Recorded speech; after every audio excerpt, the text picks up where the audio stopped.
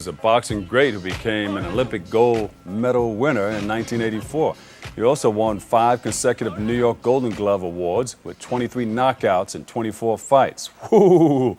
Well, we now welcome to the show Mr. Mark Breland. Bam! With the left hook and the right hand. And I'm getting flashbacks. I'm punching myself in the chin. Welcome to the show. How you doing? Thank you. Thank you. Good friend of mine. Yeah. So when did you first become interested in boxing? Oh, I was around 7 years old.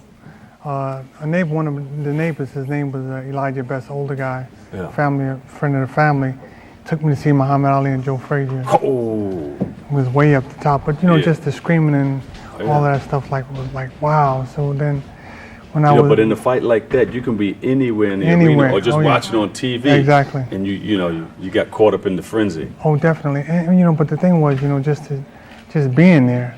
Yeah. And when I turned 8 years old, then he took me to the gym and he introduced me to my trainer, George Washington, and that's what did it. Set it off right there. Set it off right there. So you began training. You didn't know where it was going to take you, though, right? Did you know that you wanted to become a pro? No, I mean I wanted to be a football player, but I was too small, and I was boxing, playing football. I couldn't play basketball. Yeah. Baseball, I played a little bit, but then I just kept boxing. My parents really didn't know what I was, because I had a duffel bag and I was taking my boxing equipment and everything in the duffel bag. So, but I just kept on boxing. It was a lot of fun and I really enjoyed it. And then when did you first want to get involved in the Golden Gloves? Oh, well, I won the Junior Olympics in '79, and I was on the Muhammad Ali boxing team when I was 14. So back then, the Golden Gloves was like always real big. It was always the big thing. So then, when I was 16, I trained so hard because during the Junior Olympics I was 147. So I trained so hard to get into the Golden Gloves. I went down to 139.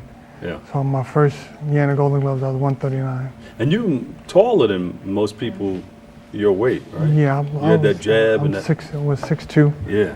And I was frail at 147 pounds. But you kept people away. Bam, bam. Oh yeah, definitely. Set them up. Try to get them, get in and get out. Yeah. So that was your first encounter with the Golden Gloves. Yeah. So after the Golden Glove, I heard about all the different records I wanted to break. One record I wanted to break was Sugar Ray Robinson's record, which was a 7-second knockout in the first round. Yeah. I got 9 seconds, so I was behind him. But I broke a lot of the records in the Golden Gloves, and but just the biggest thing in the Golden Glove for me was my first year when I went in the finals. They turned the lights out and they got that light beaming on you. Yeah. I flashed back to Muhammad Ali and Joe Frazier, and I'm like, wow, I made it. I mean, to me, right there was bigger than the Olympics. And that was your first fight in the Golden Gloves? Yeah. Yeah. So you were a novice in your first fight. My first year. Those other 4, you fought open class. Open class, yeah.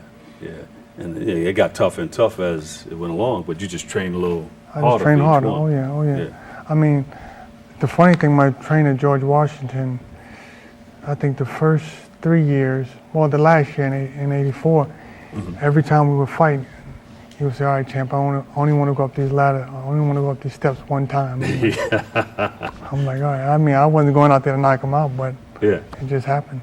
But it's important for a trainer to carry you through it and thread you through it and not rush you out there and become just a boxer. Oh no, I mean, setting up another guy to become champ. Oh no, we started when I was young, but I had a lot of things called smoker fights. Yeah. I had a lot of those fights, and then when I got to the it was AAU at the time, and got to boxing in different places. George went there, and I mean, there were fights that I was scared. Yeah. And he would just say, "Oh, you got it, champ." Yeah. And the funny thing, with George, and God bless the dead, a great guy, but I always say I don't think he know my name because he always called me champ from the first day in the gym. Yeah. So it was like, wow. He had that vision for you. Oh yeah. Yeah. And he would, sometimes I could be boxing, and he'd say right hand. And I'm like, wow. He was right. And he see it. Yeah. He see it before you, and that's important too. Have a guy in your corner or a group of people in your corner that can see things that you can't see. Because sometimes when you're in it, you can't see it. I mean, like I tell fighters, I mean, yourself, you see things that we don't see, Yeah. and they in the corner see things that you don't see. Now, why do they call them smoker fights? Because you don't supposed to see it. It's like non-sanctioned fights. You You don't know the guy's record. But the funny thing about it, I was always tall and skinny kid, and I always thought they were smoker fights because they were smoking at the fight. And so I'm so tall. When I stand up, my head is in a cloud, of smoke. Right? So I'm like, wow. And that was basically the case back in the day, because they were allowed to smoke around ringside and everything. And you in these lit little up their cigars and you in everything. these little places, and you're standing up, your head is in a cloud of smoke. And you're the only one inhaling deep. Everybody's got the shallow inhaling thing going. You exactly. Especially I'm when tired. you're taking care of business. Exactly. So I got to duck down and breathe real hard. So, Yeah. I mean, but it was a lot of fun. It was a lot of fun. I enjoyed it, and that's what made me, hungry. Just, for So it. tell us about the Olympics. How was that feeling going through that? But honestly, it was a lot of fun. I enjoyed it. But the pressure was a killer, because There was more pressure there than There was anywhere. more pressure there than anywhere, because as an amateur, I had 110 fights and 1 loss. So going into the Olympics, Howard Cosell was like, this kid can't lose, and this, you can't do it. And I'm like, well, and if I lose, it's like, he's a bum all of a sudden. Yeah. So I just, even after the fight, after I won, I went to the press and they said, well, Mr. Breland, how do you feel after? That's Oh yeah, explain that. Well, that's the finals. This Korean guy, I mean, he had a large size head, so I couldn't miss it.